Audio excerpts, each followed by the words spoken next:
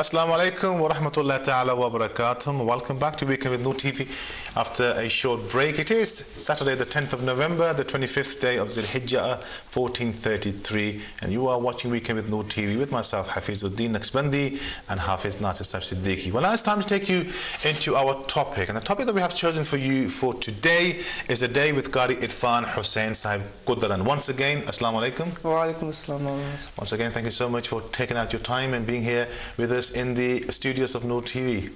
Jazakallah. Indeed, as I said earlier, it's a blessing for me. I'm very humbled by the presence of you, Maulana Sahib and Hafiz Sahib. MashaAllah. To be in the studio of Noor TV. Jazakumullah khair. Well, I have some background information about yourself which I would like to share with Noor TV viewers. So if we can go on to the first slide, please. And mashallah, your name is Qari Irfan Hussain Khudurun, and you were born in a small island which is Mauritius. That's right. Mashallah, you were born on the 23rd of May 1992, which makes you a very young 20 years old. Yes, alhamdulillah. Alhamdulillah, you are 20 years old, mashallah. You came into the UK at the age of 14, and currently you are living in Barking, which is in East London. You are also pursuing a degree in Maths and Economics, BSc Honours at London School of Economics University, and a further education lecturer course with City and Guilds awarding body. That's right. MashaAllah. And also you are a learning support teacher, and you are a GCSE maths teacher and further education lecturer, and also a GCSE French teacher and a further education lecturer, and an Islamic educator at Al-Madinah Masjid, which is in Barking in East London. That's right. MashaAllah, good.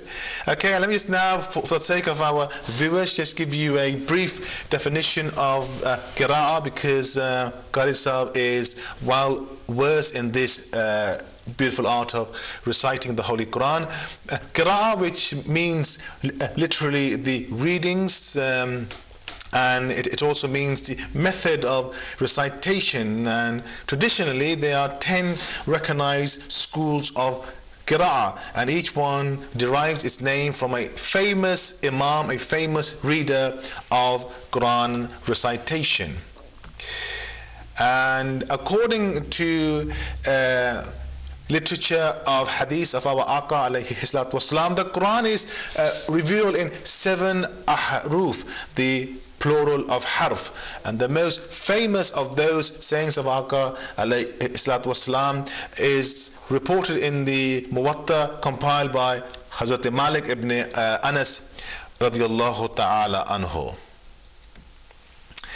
And briefly now, the definition of tajweed. Well, tajweed is an Arabic word which word meaning correct pronunciation during recitation. It is a set of rules which dictate how the Quran should be read, and it comes from the root word jawada, meaning to make well, make better, or improve. So that's some of the information on Qira'ah and also on tajweed.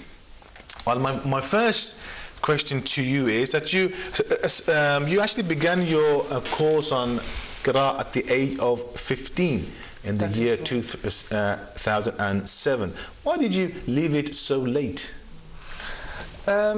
Reason, first of all, I've never been brought up in a madrasa environment. I learned my qaida, the first basic Islamic teachings, from my mother, MashaAllah, who's always told me, and I've completed only the first 5 juz, just by reading without tajweed, as much as I could learn from my mother. But then when I came here and I entered the masjid, alhamdulillah, the Islamic environment was so pure, and I was seeing little brothers, little children reading the Quran, and I was so amazed, and I said, why can't I read? Why can't I be a Hafiz? Why can't I be a Qari? Then that's why when I decided, you get the, as you say, you get the hidayah from Allah to start learning the Quran. Alhamdulillah. And it started in the month of Ramadan, actually. Allahu Akbar, MashaAllah. The last 10 days of Ramadan, when I entered the masjid, through the blessing of Ittiqaf, and I met my teacher, Qari Sheik Muhammad, who guided me and I said to Qari Sahib very humbly, I want to read the Quran. Allahu Akbar. Then once I started reading the Quran, alhamdulillah, I carried on further and I got connected to the Quran and just wanted to continue. MashaAllah, MashaAllah. Are you also a Hafiz? I've done my Hifiz, I've done Hifiz, but while I was doing my Hifiz, I could not complete everything. I'm still ongoing.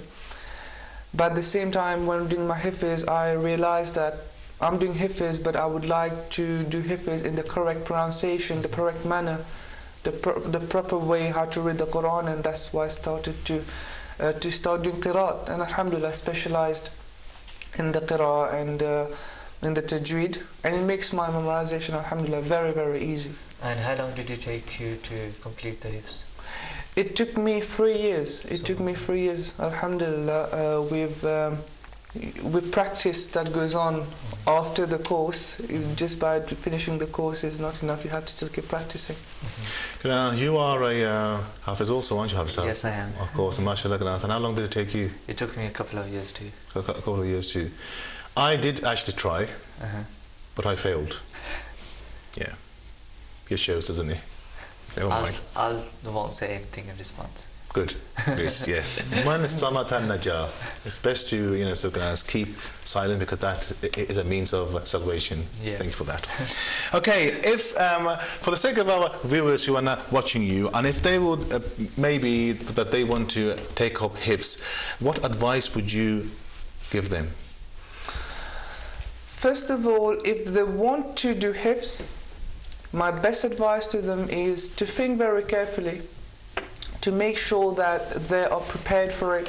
It's a discipline. It's more about discipline, about commitment, right, to do the Qira'ah, to do Hifz. Because not everything is easy. It's not as easy as we think it will be. And it's not about only gaining the title. It's about understanding why doing Hifz, why doing Qira'ah, the proper essence of it. And my best advice to all the youngsters, to all my brothers and sisters in Islam, is yes, please do Hifz, do Qira'ah, because that will be your success to achieve in the Akhirah and in the Dunya as well. But please make sure before you go to doing Hifz that you're ready to submit to it and to commit to it. How long will they need to? You see, because I'm thinking about those youth who actually go to school or colleges. Now, if they wanted to actually take up Hifz, now they will not be able to do it full time. So obviously, it will be part time. So how many hours do you think that they will need to use per day? The best example I can give is about myself. Okay. My experience. I was doing my GCSE, and honestly I was struggling with my GCSE. But at the same time I was still doing my Hifz and I was still doing Qiraat. So what I used to do is I made the masjid my second home. In the morning from Fajr to all the way up to about 8 o'clock, 8:30, because school starts at 20 to 9, sorry. I used to be in the masjid revising my lesson and reading to my teacher. MashaAllah. Then after school, straight after school, finishes at 3:30. I used to go in the masjid at 4 o'clock, on the way, have something to eat and to drink, and then go to the masjid, and then from 4 o'clock all the way up till the class used to start at 5. So from 4 o'clock to 7 o'clock, inshallah, alhamdulillah, I used to do my Hifz. Then from 7 to 9, after the Isha, I used to sit in the masjid with my teacher and practicing Qiraat and learning the rules of Tajweed and the Qiraat, and it was very, very nice. So, takriban, approximately in a week, if you say 2 hours in the morning and 2 hours in the evening for Hifz, 4 hours a day, so it makes it 20 hours, I would say, a week. It will be sufficient. But it has to be committed. Sure. You can't leave a day out and say, I'll go tomorrow, I'll go after tomorrow. You have to be committed to it. Okay. And going back to Qiraat, what was the duration of the course? When did you graduate and what did it involve? When it comes to the graduation of Qiraat, it wasn't expected for me, because all I wanted was to learn and to make myself better in the recitation. When it comes to Qiraat, I'm someone who's very attracted to. I was very attracted to the science of recitation, the art of recitation of the Quran, and I was always wondered how is the pronunciation from the throat, from the tongue, how do they do it? And I started learning Qira'ah, and then it took me roughly about approximately 2.5 to 3 years. And but as I said to you earlier, the practice continues. And I was very young. I was about 18. I was about 17.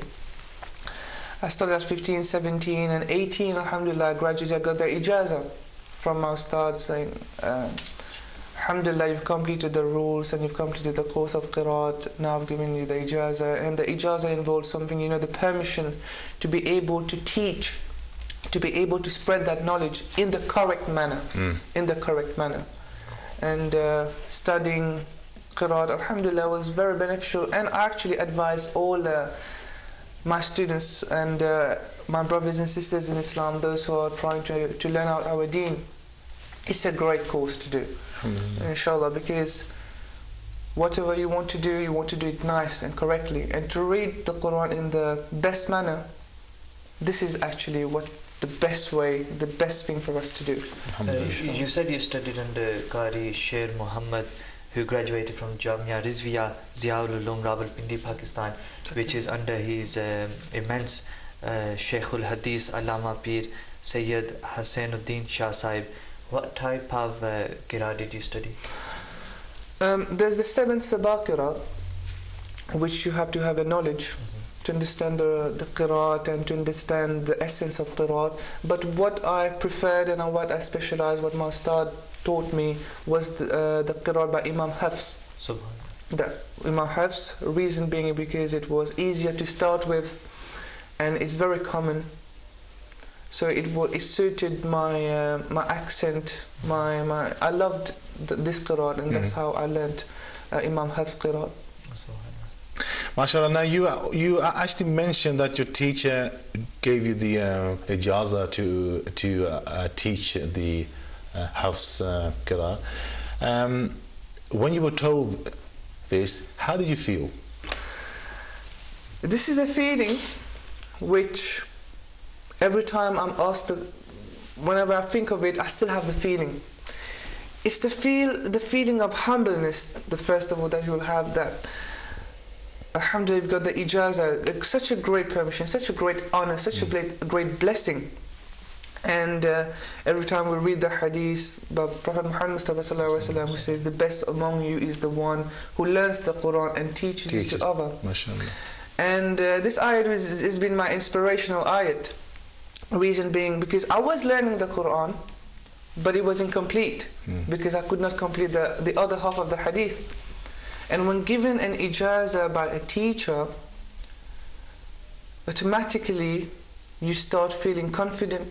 Alhamdulillah. You become responsible. Subhanallah. You feel responsible. MashaAllah. And even at such a young age, I felt so responsible, and I felt proud. And the first thing that came into my head while having the ijazah was my mother and my father. Allah. My parents, my family, the tarbiyah they've given me. This is something I've achieved, and inshallah through the intercession through the wasila of the ijazah, inshallah my parents will be given Jannah. Inshallah. Ameen. And if your teacher was watching now, what message would you like to give them? I'm very it becomes very hard for me when my teacher is in front of me. The only message that I can give to my teacher. But they've made you now, like you are. So, how would you like to thank them or say something to them which will, Everyone has a father. I have to. Alhamdulillah. I have to, and my teacher is a father figure to me. Alhamdulillah. And the only thing I can say, may Allah give him, if my teacher is listening, may Allah give you respect, my respected teacher, may Allah give you Jannah, bless you in this life and the hereafter. And there's so much I can say, but the words doesn't come out, you can only feel it. You can only feel it. Okay, barakallah feekum. And what methods do you use in teaching the Hafs Qira? To teach the Hafs Qiraat, Honestly speaking, it's not hard. It's not hard. I start with the maqarij first of all, which is the most important. The maqarij, which is the pronunciation of the letters. And this is what I get right first. I need to make the students get it right first. And it's a wonderful experience, the way you teach, and that's the method I use. I use a method which suits my student. I'm not a teacher-student, but I'm a student-teacher. MashaAllah. Okay. So I will put myself in the student place and try to understand him. How can I read it? What effort do I have to make? And then I put that same effort as a teacher towards my students to make him feel comfortable. To do Qur'an, you have to be comfortable. You have to be confident. And sometimes I have to give the trust to my student that you can read in front of me. It does not matter if you do mistakes. You're learning. And that's how my teacher taught me. And this is the method.